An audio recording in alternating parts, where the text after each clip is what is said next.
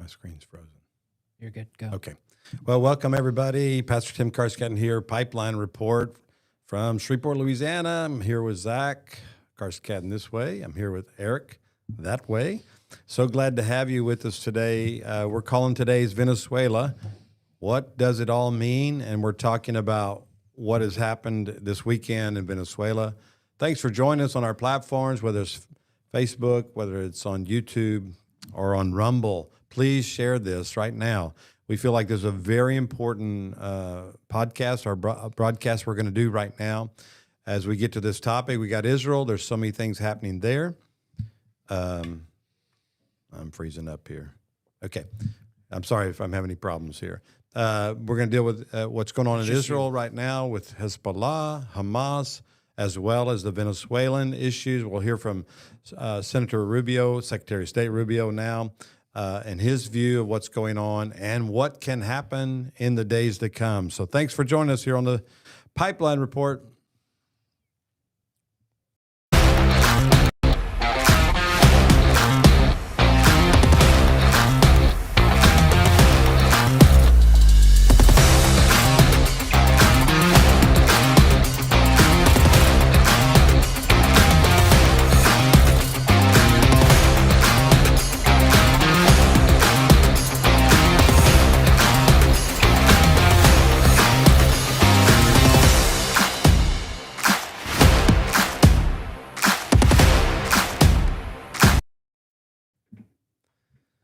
Well, thanks for coming back. All right, here we go. Let's launch in today's podcast, where we want to call it our show, Pipeline Report.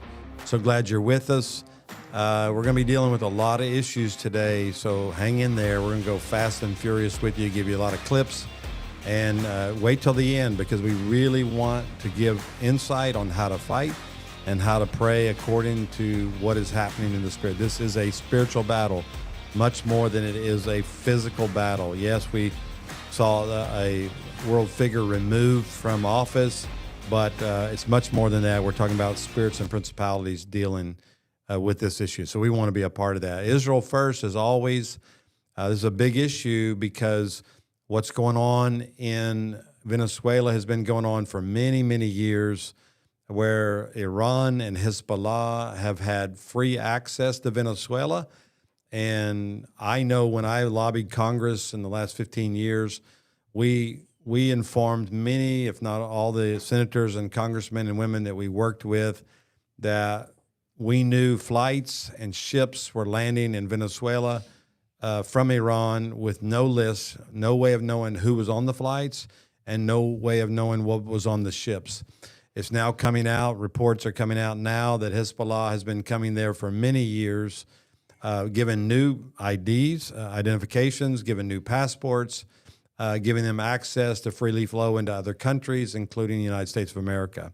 So this is another issue. How do you find these people? How do you find these sleeper cells that have been built through all these 20 plus years of no oversight in Venezuela?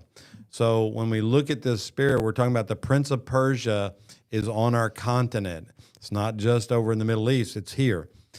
So we want to deal with that spiritually as well.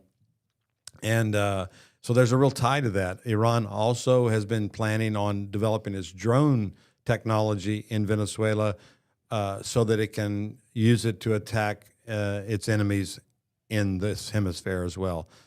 Most of all the attacks that happen in Ukraine right now are from these drones from Iran.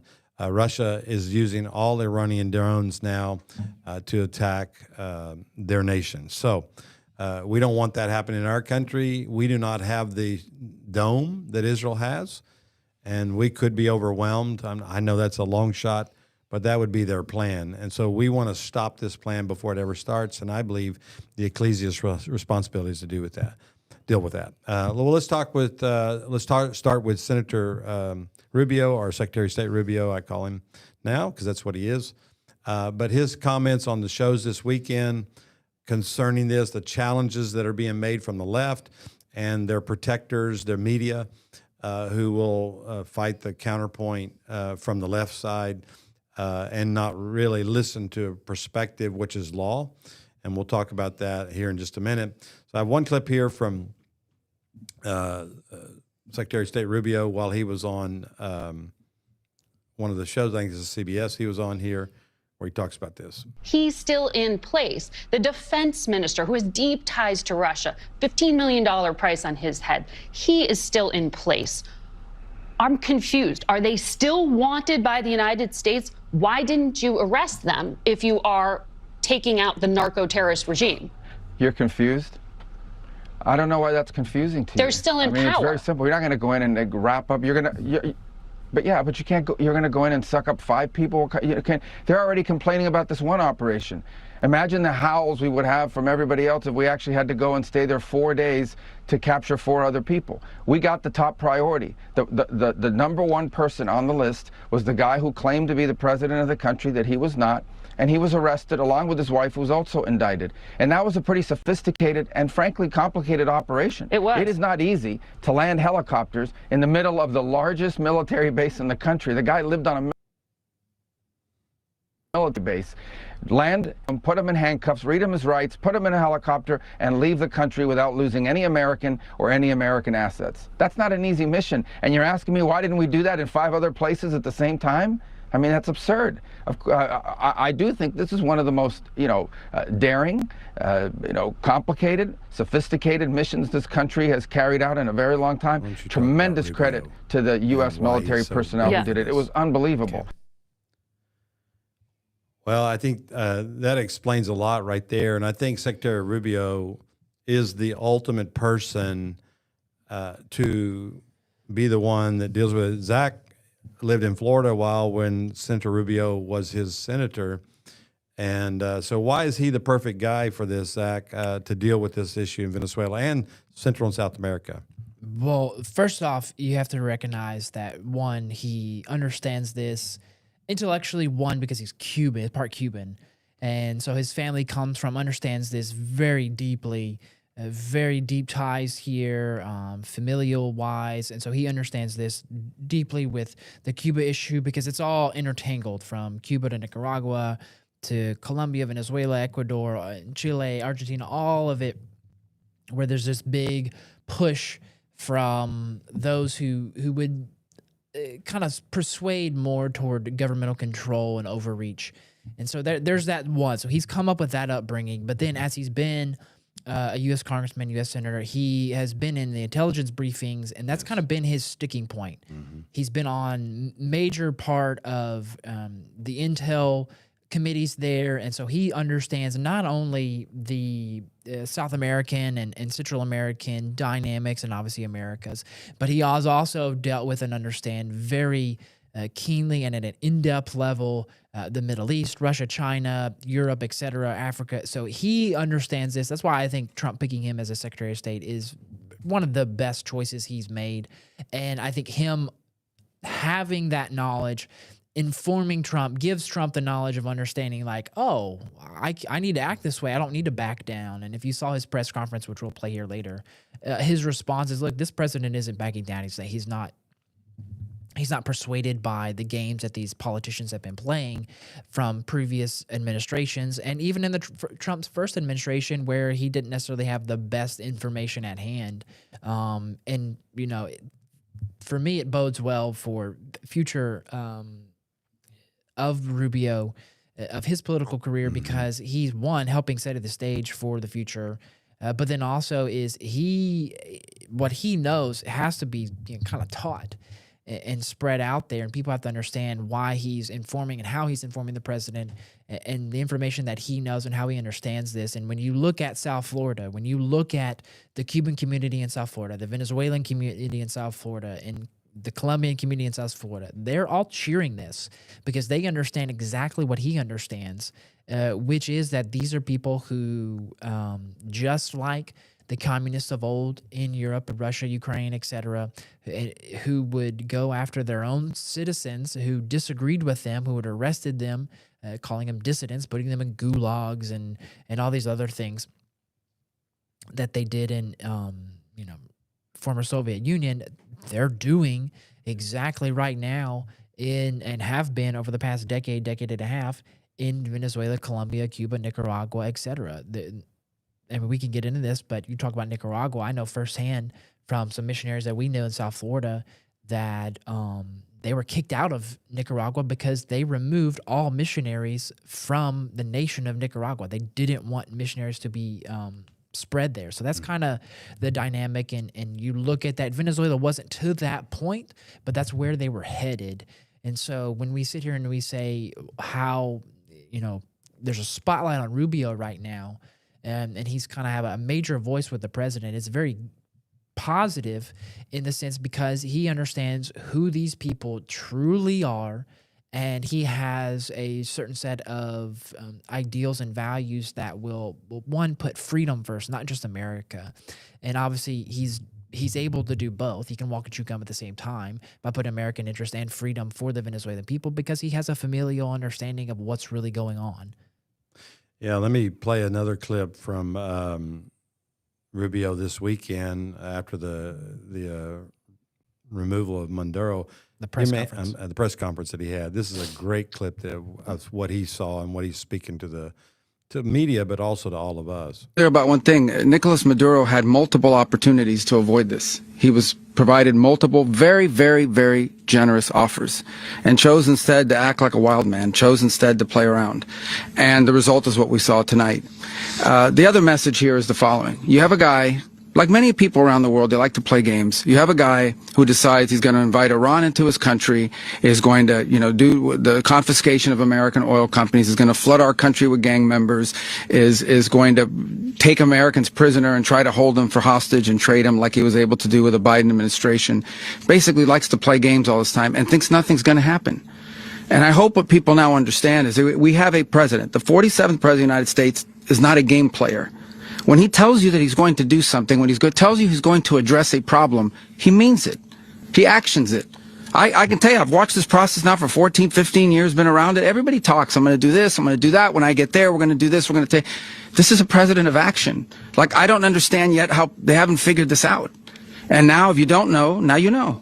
Because this is the way it's going to play out. And I think people need to understand that this is not a president that just talks letters and press conferences and something. He means it. And this is something that was a direct threat to the national interest of the United States, and the president addressed it. There's a president of peace, by the way. I told you what I just said earlier. This guy had multiple opportunities to find his way somewhere else and figure out another. He could have been living somewhere else right now, very happy, but instead he wanted to play big boy. And so now, he's got other sets of problems on his hands. And but I think that the message here should be for the world. Look, the president doesn't go out looking for people to pick fights with. He's not generally wants to get along with everybody. We'll talk and meet with anybody, but don't play games. Don't play games with this president's in office because it's not going to turn out well. And so I hope that, I guess that lesson was learned last night, and we hope it'll be instructive moving forward. But Okay, so here we go. We have quite a voice here, what he's saying, Zach. Speak to this. I mean, this is very clear. I think he needed to be clear in this moment. Yes, and the big point is somebody's asking here, isn't the VP still down there in Venezuela? Yes, that's true. Going back to our first clip from Rubio on Face the Nation, it's little by little. It's actually a biblical principle. And so they don't want to just take out all the time, but then there's a logistical point of what he talked about. But to what Rubio's talking about here is that, look, Maduro was given an opportunity. This goes back to his last election when he legitimately stole the election, went and took polling booths, the results of the election, and kind of hid it and what was happening and the results privately and said, okay, hey, I won. Well, there's a problem with that, which is the fact that the United States doesn't recognize him as a duly elected president of Venezuela after the last election. Neither does the UN and most nations around the world. And so he has an international issue. And then there's the fact of, if you've seen over the last several months, of these drug boats that the administration has been taking out, that with that, they've been warning Venezuela, the cartels, and in what this administration is claiming is the president of Venezuela and his administration, who they've deemed as narco-terrorist, which is why they've been able to do this legitimately, legally in the United States through the War Powers Act of 1973. And so what they've done here is actually legal. If I remember correctly, I forget the gentleman's name in Panama. They took him out. Noriega. They did the same thing. Trump followed the same legal doctrine here. Yes. So there is precedent for this, and to the point of what Rubio talked about there is people not taking Trump seriously. This was a fallout of the last administration and even the administration before that. Yes. And more so the last administration with President Biden is that people didn't take America seriously. Now with Trump, they're taking America seriously, which is why they're kind of, doing what he wants. Companies are coming back, et cetera, things like that, especially after Iran. And so this is kind of, look, I told you, I warned you, this is what was going to happen if you continue to go down this route. And unfortunately, this had to happen. And, not unfortunately, but fortunately, the Venezuelan people, not only in country, but the expatriates who have been forced to flee for their safety, their sanity, and for their freedom, have gone, obviously, America, other countries. They've gone to Spain as well. I think it's since 2014, if my numbers are correctly. I read a report that talked about upwards of 8 million people have left the country. Yep. I mean, that's huge numbers if you think about that, 8 million people. And so they all have a decision to make. Okay, do we go back? How do we go back? What does this look like? And which I know we'll talk about this, is the fact that President Trump has come out and said, look, we're going to kind of steer the ship here in Venezuela. And so this is kind of key here, because this comes on the heels of, and I think this is what a lot of people are missing, is that China was there the day of the attack happening, and Iran and Russia have come in, which you alluded to before, is that they've been doing this for years. Yep. So here we go. We have more from Rubio. Give us more insight as to what's going on. This is on the Meet the Press. Historically speaking, has not gone very well for the United States. In Iraq, in Libya, to name a few examples. Can you assure Americans, the people of the United States, that this time will be different? Well, here's what's happened. We've got this phobia built up, and this sort of thing that's it's like, number one, most of the experts that people have on television, I watch these experts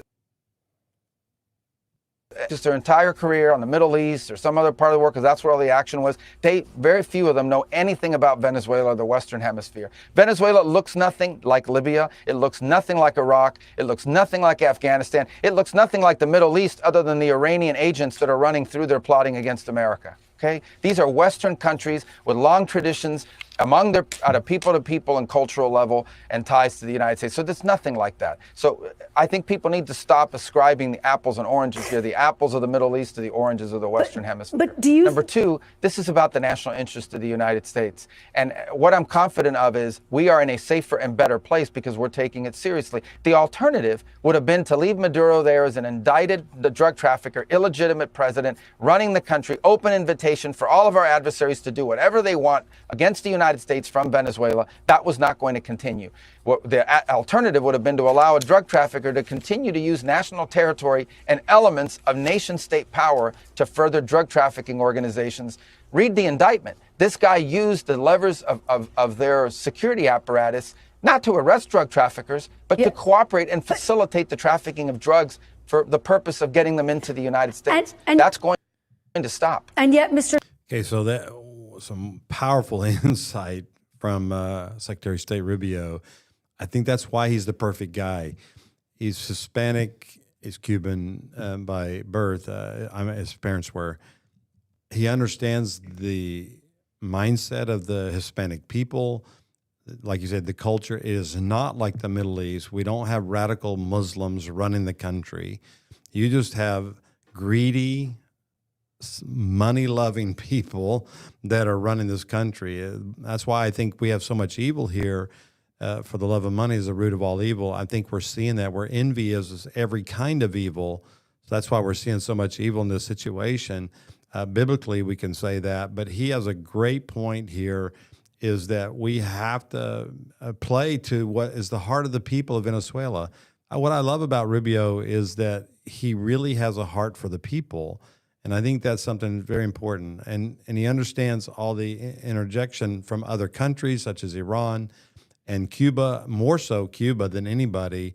Most of the security force that was killed in the palace where Maduro was hiding were Cubans, because this is a sign of a paranoid leader. He cannot trust his own people, so he has to go on get outside sources to protect him, and they're gone. The Cuban government announced 32 citizens were killed. They call them citizens. They were just part of the security of Venezuela at their behest. In other words, Venezuela invited them to be there, which many people doubt at all, because when you do the drug trade, we're talking about some major groups that want to be a part of that.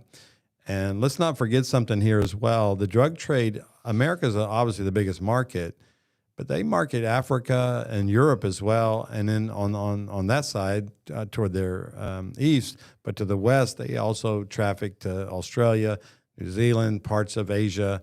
So this is a big, big money issue that Trump now has put a big wrench in the engine of.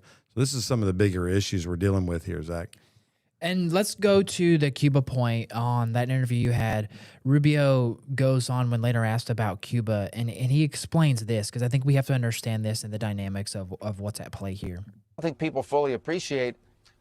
I think they're in a lot of trouble. Yes, I'm not going to talk to you about what our future steps are going to be and our policies are going to be right now in this regard, but I don't think it's any mystery that we are not big fans of the Cuban regime, who, by the way, are the ones that were propping up Maduro. His entire internal security force, his internal security apparatus is entirely controlled by Cubans. One of the untold stories here is how, in essence, you talk about colonization, because I think you said Dulce Rodriguez mentioned that. The ones who have sort of colonized, at least inside the regime, are Cubans. It was Cubans that guarded Maduro. He was not guarded by Venezuelan bodyguards. He had Cuban bodyguards. In terms of their internal intelligence, who spies on who inside to make sure there are no traitors, those are all Cubans. And so that's key for us to understand the dynamics of what's happening within what has been happening within Venezuela. And now they're going to have to see how to move forward with that. And for the people themselves, I mean, these are people who have been emaciated because they've been starved, because there's no food on the shelves. I mean, there's report after report, videos after it. Eric was talking about, he did a report on it and saw kids and how skinny they've gotten. The waistline of Venezuelans has shrunk over the past few decades since these two dictators have been in place. And so the reality now is, okay, these are the Venezuelan people, but what does it affect the Americans? And the Americans is, and this is the point of what the Trump administration and Marco Rubio is getting to, is, look, you can't keep bringing in, and we can't allow this fentanyl, these drugs that are coming into our country. We know where it's coming from. We know who they are, and it's causing our people. And there's two issues at play here, and we've been talking about it. We're going to keep talking about it and praying about it, which is there's this anxiety problem, this problem of people seeking therapy. And really the only way through that is that for them to find the Lord. The big problem that the government itself can't necessarily solve, but what they can solve is this dependency of people going towards drugs, kind of seeking a way out of the pain that they're in. And there's no doubt that there is pain for varied of reasons, but what the government can control in this instance, and this administration can, is preventing this continued inflow of drugs that is harming and literally killing Americans on a daily basis. Well, Rubio goes on. Let's watch one more clip here of him sharing insights so that we can really pray according to what we know we need to be praying on this issue. Every single president for the last 40 years has conducted. The difference is that when it's Donald Trump, all these Democrats go bonkers. Is the Cuban government the Trump administration's next target, Mr. Secretary? Very quickly. Well, the Cuban government is a huge problem. Yeah, the Cuban government is a huge problem. First of all, is that a yes? Cuba, but I don't think people fully appreciate. I think they're in a lot of trouble. Yes, I'm not going to talk to you about what our future steps are going to be and our policies are going to be right now in this regard, but I don't think it's any mystery that we are not big fans of the Cuban regime, who, by the way, are the ones that were propping up Maduro. His entire internal security force, his internal security. So here we go. That's the big question for us to pray. Is Cuba next? And we want to pray for President Trump. This is a very narrow place. You're threading a needle here about law. And we should probably talk about international law issues here a little bit, because that's the big argument of the Marxists, of the left, people who love dictators and love that. Let's obey, let's obey international law. Now, here's the problem with that. These guys, Maduro and many of these other people, Petro in Colombia and others, they're not obeying international law at all. They're shipping drugs. They're using drugs to fund their government, to fund their leadership. They're taking funds themselves and stealing from their people. And they're breaking international law. They have sanctions that they're breaking all the time. They're not supposed to be shipping oil to China and Russia. They're doing that. They're not supposed to be doing any work with Iran. They're doing that. So here they are breaking international law every single day. And then we're supposed to leave them in power because we're supposed to obey international law. Now, remember, international law, when people say that, many times they're talking about United Nations resolutions. And we don't recognize that as law. So remember that when you hear that, and because you may be questioning yourself and say, well, are we breaking international law? I think what we did is we took a wrong here and we made it right. And we brought to justice somebody who was breaking international law. And I think that's the truth of what's going on here. And we've got to pray accordingly that we won't let that false narrative come out that we're breaking the law when they were the lawbreakers here, and we're setting right. We're bringing justice in the earth. And I said to the congregation yesterday, this is one of those things where God is uprooting a king, a self-proclaimed king, and putting somebody else in their place. And I think this is the battleground that we have now is where does the leadership go from here? You want to speak to that, Zach? Yeah, I want to play this clip from, let me bring this up. Okay, there you go.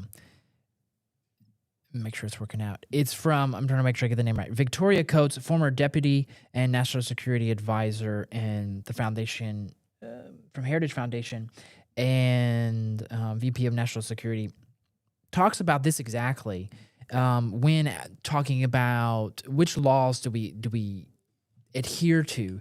Because you're hearing this from those on the left and those are kind of in the middle, not understanding this and saying, well, we have to adhere to international law. The problem is this exactly in what she says here.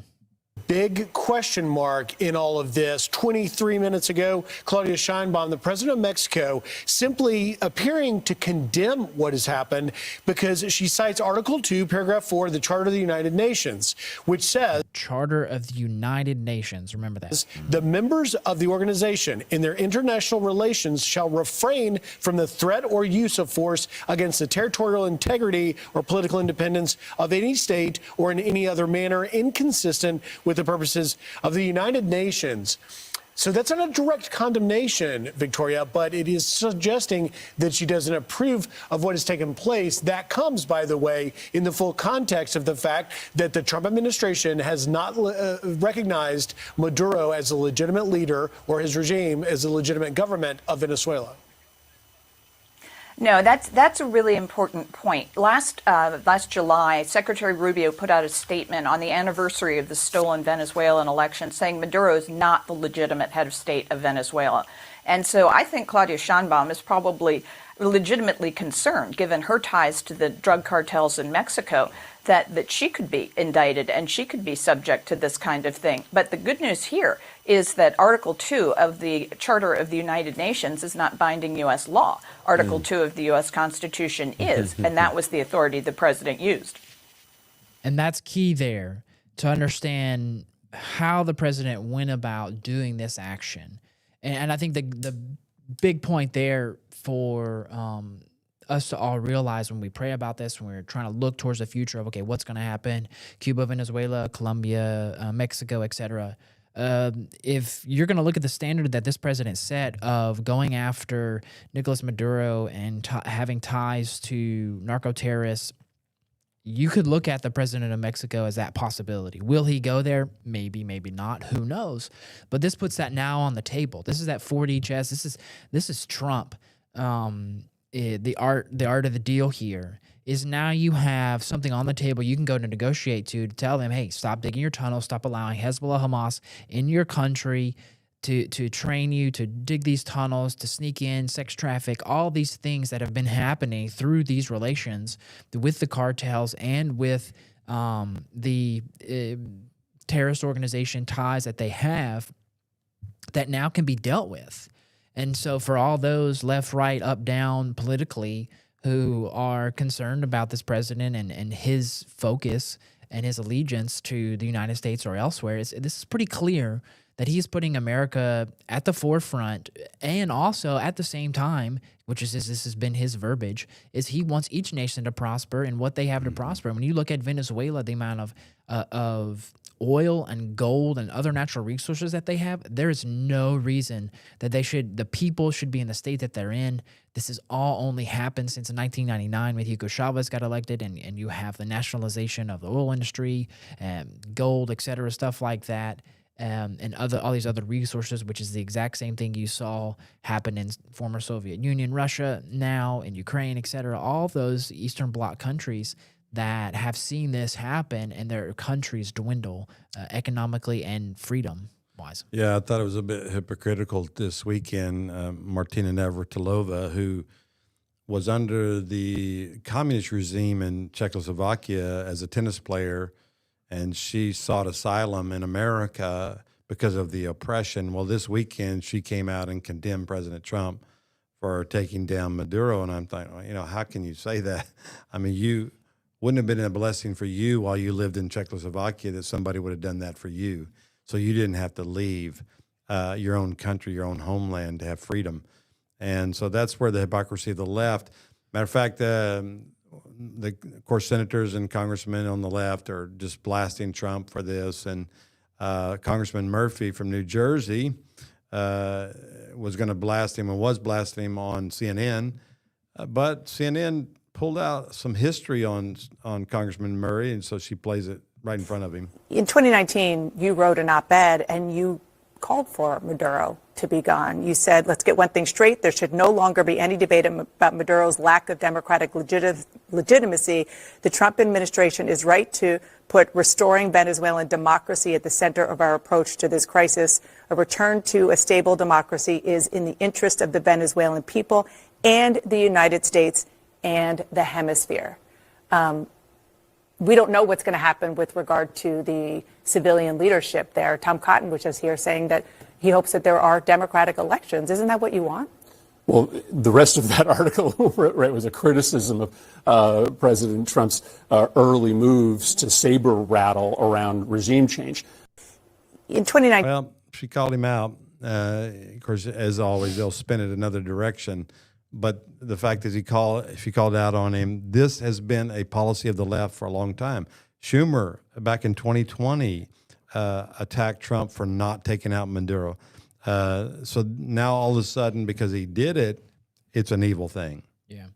Let's go back to why they would have written articles like this. This is after an election in 2019 when the people rose up against the military and against Maduro because they thought at that time the election had been stolen. And this is response from the people of Venezuela and from the military there to do to their people. I mean, these are people with sticks, and look at them running over people with these vehicles here and just destroying them, and then the people trying to get out of the way. And all the people have themselves are sticks and rocks. And there's another video clip that I've seen from this time in 2019 where they end up just gunning these people down to kind of silence the uproar of the things that happened there. So, and I play that because that's why Democrats in 2020 and 2019 were saying President Trump need to go take him out. And if you remember, President Biden said, well, I'm going to go take him out. I'm going to deal with him. He's not going to do this. Well, he allowed him. He gave sanctions. He let Maduro play these games. And Trump said, enough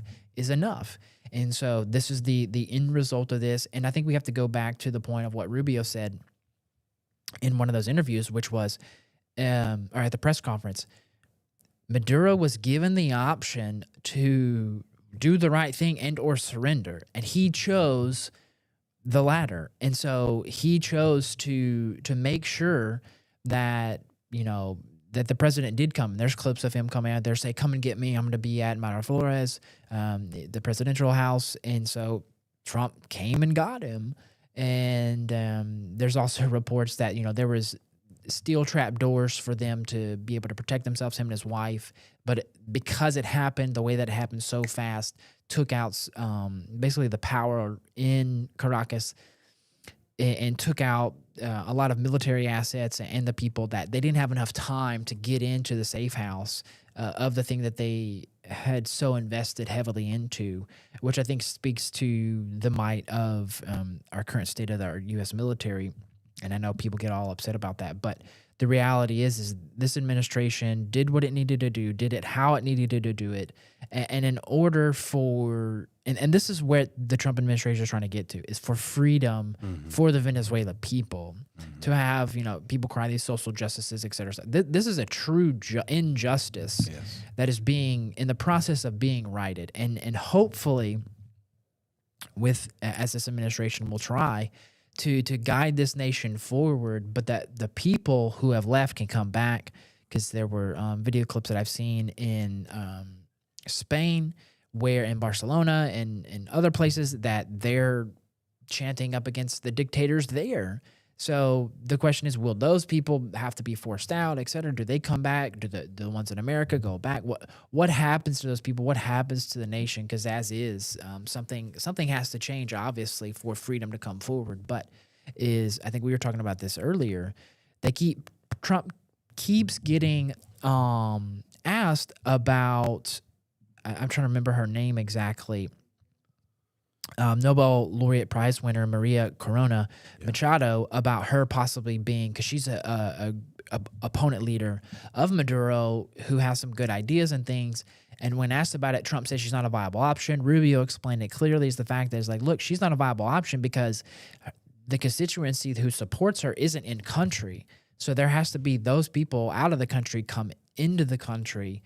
Now, whether she's the right person or not, I think is something we need to pray about. Yeah. And for the people of Venezuela to pray about. But what this does is this puts Colombia on notice, Ecuador on notice, Chile, Argentina, Cuba now, Nicaragua. And now we have to look at, and I think something you talked about yesterday, of the dragon, acting like a chicken with his head cut off, is what does China do? What does Iran do? What does Russia do? You can speak to that. Yep. And they're at wit's end, and they're shocked that they can't do anything about this. So their hands are kind of tied. We also got to watch the dragon in Taiwan, because they could use this as a precedent and say, well, they did it in Venezuela, we can do this in Taiwan. Now, it's not an apples to apples issue, but the Chinese never been using apples to apples anyway. Speaking of, Zach talked about the church. These are some of the celebrations from the church in the streets of Venezuela after this happened, and here they are worshiping the Lord in the streets. Venezuela's worshiping Jesus.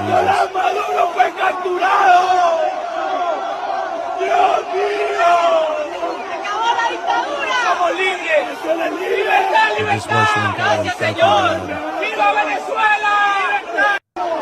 I think this is a beautiful thing that we're seeing here, that people are crying out. Here's another clip of some more worship going on in the streets. And I just want to celebrate with the church. I think that's the main thing we need to do. We play. In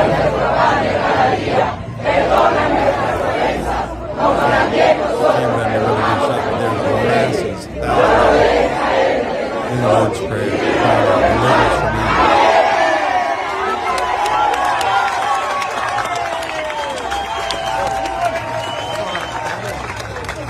evil. So we rejoice with the church at what's happened here. And I think that's one thing I've been seeing a lot of Venezuelans put up videos online and telling those who disagree with this, look, you're not Venezuelan. You don't understand what it's like to live here.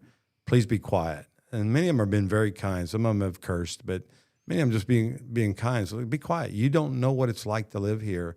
And so a lot of these pundits that are speaking out about how we broke international law, we shouldn't have done this, they have no clue of what's happened in Venezuela and what's going on there. I watched some of the protesters, the Marxists that were on call for this up in New York, and they would hold their signs, no war, this is wrong. And they started interviewing them and saying, what do you know about Venezuela? And these people have no knowledge of Venezuela whatsoever, have no idea what's going on there. They're paid protesters. I think within 2 hours of the removal of Maduro, the Marxists started moving and began to activate. They have these systems in place already where they just tell their protesters to show up. The protesters don't even know what they're showing up for. They just show up. They're given signs and they're told, don't talk to reporters, don't ask any questions, just stand here. And then they have their spokesman that may speak, but most of the time they just ignore and chant sayings and so forth. And it's just a mockery. It's not even real. So when you see this, recognize that it's not even a real entity when you look at these protesters. Yeah, and a lot of them are the same protesters who have been around for protest after protest after protest. Yes. But the thing for the people who are actually in country and who actually understand the issue is they're getting to the point where they feel bold enough and safe enough to continue to do this because they're at risk because they're still in country with opposition leaders for them who want to silence them and don't want them to stand up against them because I think to the point of, okay, you take them out, sometimes the person behind them and the people behind them are necessarily they are worse than those people before. And so for people in country, they're risking it. Even those dissidents who are coming out and speaking in favor of this, they're risking their safety, their livelihood, because you talk about, all the relations that are out there. Who knows what could happen? And so I think the reality is within hours it took them to these protesters speaking out against the United States military action and removing President Maduro from power. I think was quite interesting because within hours they were up out there, just as well as the people of Venezuela cheering in Times Square in New York City, in Caracas, in Broward, down in South Florida, all over. I mean, they're just ecstatic with what just happened because it's relief. It gives them hope that, there's possibility of them going back to their country because these people do want to go back. They don't want to leave their country. They love their country, but in order for them to be alive and have food in their bellies and to be able to survive, they had to leave. And so they have, and they're trying to find a way back because there's some of them who can't go back. Like they have been blocked and prevented from going back from this administration who has been in power. And so now there's a possibility that they can go back and see their family who is there. Okay, so the last thing we want to talk about, this is probably the most important part we're talking about, so please hang in there with us. Replacement. What are you going to put in its place? The principle of Jeremiah chapter 1 is you pluck up and you plant. So we have a pluck here, and now we need to plant. Who are we going to put in its place? The vice president that's, quote, running the country right now, this woman, she has already come out and said this is a wrong action that Trump did. She is a devout socialist, probably one of the strongest socialists in Venezuela. So she's really not the answer to the problem. So we're going to have a real problem with this. And Elliot Abrams was on Newsmax, and he gave his comment. I think somebody is an expert on this. Give some insight on what we need to be paying attention to. Trump administration, was Hezbollah inside Venezuela? Yes. They've had a presence there for years now under Maduro, and he's done a lot of favors for them. Just as an example, passports. He gives them blank Venezuelan passports so that their Hezbollah guys can move around all of Latin America and even get new identities. That he has cooperated not only with Iran, but with Hezbollah as well. Now, does that include Venezuela? I know that Aruba is only 19 miles from Venezuela, and there's a lot of traffic back and forth between the two countries. Are they able to get, are people leaving Venezuela, Hezbollah or Venezuelans able to get passports in Aruba? When the reason I ask you is that Aruba is part of the Dutch kingdom, which is part of the European Union. So if you get a passport in Aruba, you can go all over Europe. Yeah, I don't remember coming across that. I think the Dutch were actually aware of this, aware of the drug trafficking and all of that, and trying to prevent it. So we Tell me this. I know that Iran and Venezuela have been pals, but... Well, that's enough of that. But I want to say that we've got to pray that the right leader gets in place. Now, we have a verbiage issue. From what I understand, Secretary of State Rubio wrote a lot of the speech for President Trump concerning the transitional government issue. if you watch President Trump, he did what he normally does. He went off script, and he said, we're going to be running Venezuela. I don't think that's the verbiage that Secretary of State Rubio would have liked to use. He's been really doing a good job on the talk shows, kind of working around that statement. Basically, he's saying we want to work with Venezuela right now to bring about a healthy transition for the Venezuelan people. And that's kind of where he's talking about the oil industry, because everybody's always talking about how they're taking the oil. Now, remember, they stole these leases from the companies that were using them or doing them, who put them in place in the first place. Everybody said, well, that's their oil anyway. Well, look, those were legitimate contracts that were made with U.S. companies, Chevron, Exxon. By the way, if you had invested in them, you're going to do very well in the future here. But nonetheless, they did steal. And this is a restoring of the years, the very word I gave Sunday, of restoring what was stolen from our companies, from American companies during that time. Now, there's a whole lot of issues there, but I want to say this. This is the battle we have right now. We've got to find the right people to get into. These generals, many of them have billions and billions of dollars in their bank accounts because they've been trafficking the drugs with Maduro, and have become very wealthy. They're very entrenched in power. So it's not going to be that easy. Like Secretary of State Rubio said earlier, we couldn't have just gone in and taken out 5 or 6 people. It's going to take removal of those people, either by the Venezuelans or by some other entity.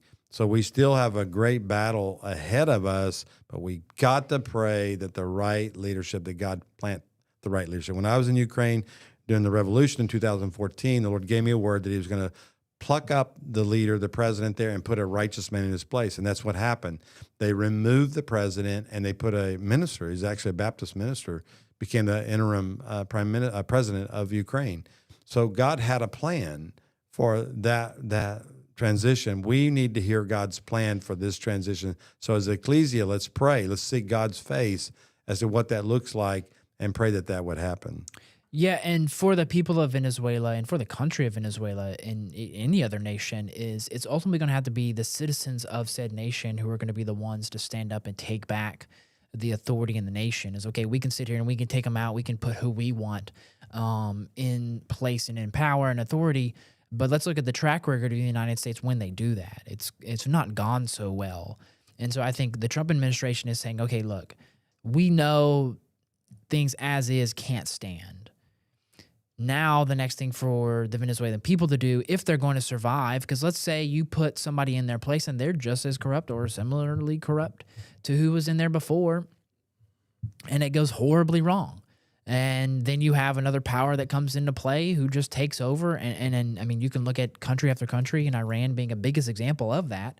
So at the end of the day, this is how the people who are there have to play out, because if they don't rise up and stand up and take control and authority of their own nation, there's no point, because then you're just going to keep going on recycle after recycle after recycle of nation building. And again, the United States internal politics doesn't want that, but we also haven't shown the best track record, because we're going to do what's in our best interest of who we think should be there. But in reality, it needs to be the Venezuelan people who say this. So to the people who are asking the question of, why didn't we just take everybody out who's involved in the corrupt government, is, look, there has to be the people internally have these virtues that rises to the top, but then those virtues have to allow the country to be ruled by. And what I mean in saying that is like, look, the people at the top have to rule by the virtues that the people themselves want.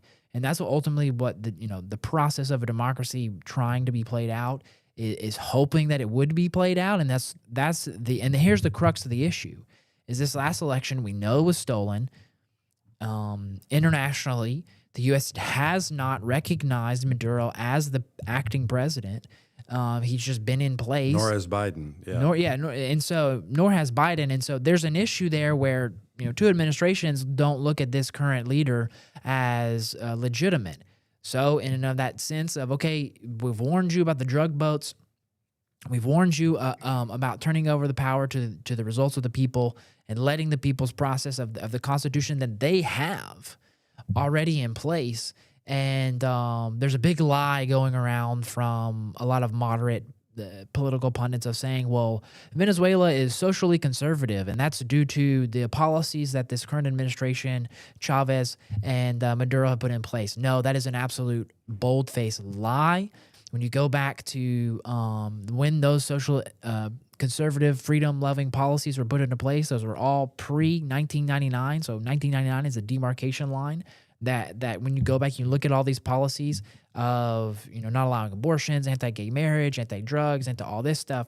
But then it wasn't until after 1999 that there was been a corrosion of trying to overturn those quote-unquote socially conservative policies there, that a lot of political pundits are saying, well, Maduro's really this, when he's really not, because he's been doing the very opposite of putting in gay marriage and allowing abortions and et cetera, things like that, bringing in terrorists. And so to the point of people, why didn't the U.S. just go in and put in who we think is best?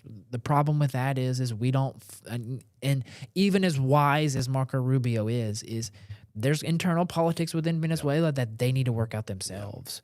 And so hopefully, for Venezuela, the last election, they tried to deal with it, but because of the corruption at the top, which is what the United States is saying, enough's enough. And let your people decide. And because it's better for not just Venezuela, but then you talk about Colombia, Ecuador, Chile, Brazil, even there in Argentina, of look, this stuff has to kind of be dealt with, and Venezuela is the top of the top and the cream of the crop. And this is where we talk about threading the needle. This is what they're going to have to do in the best way we can. The Venezuelan people need to decide democracy is what they want and what they're going to do. So we have to use our leverage the best as possible to put the right person in office, but God has to do that. It says in Daniel chapter 2 that God uproots and God plants. So let's ask that God would plant the right person. That's the key thing. And I want to bring one warning before we shut down here and check out, is that QAnon is sticking its head up again. And for our audience, I want to say this. We worked with dealing with QAnon way back in the 2020 election and all, and almost 100% everything that they predicted did not happen. And so one of the things they're predicting now is that there's going to be a deal made by Maduro, and he's going to show how Venezuela was part of rigging the 2020 election in America. Look, there is no evidence whatsoever. They're saying that the voting machines came from Venezuela. I did research. They did not come from there. They came from Canada and from Denver, I think. Now, we may want to check those places out, but Venezuela is not the source of that. So let's just be really careful. Make sure you use wisdom in that area. Don't fall prey to that like we did in 2020 and listening to a lot of those narratives. We don't know what all is going to play out, but we know that is something that's popping up on the screen right now. We need to be wise in the midst of that. So saying that, we thank you for listening to us today. Thanks for being in the Pipeline Report. I hope this helped you, give you some prayer points and some things to pray about. Main thing to pray about right now is a new leader.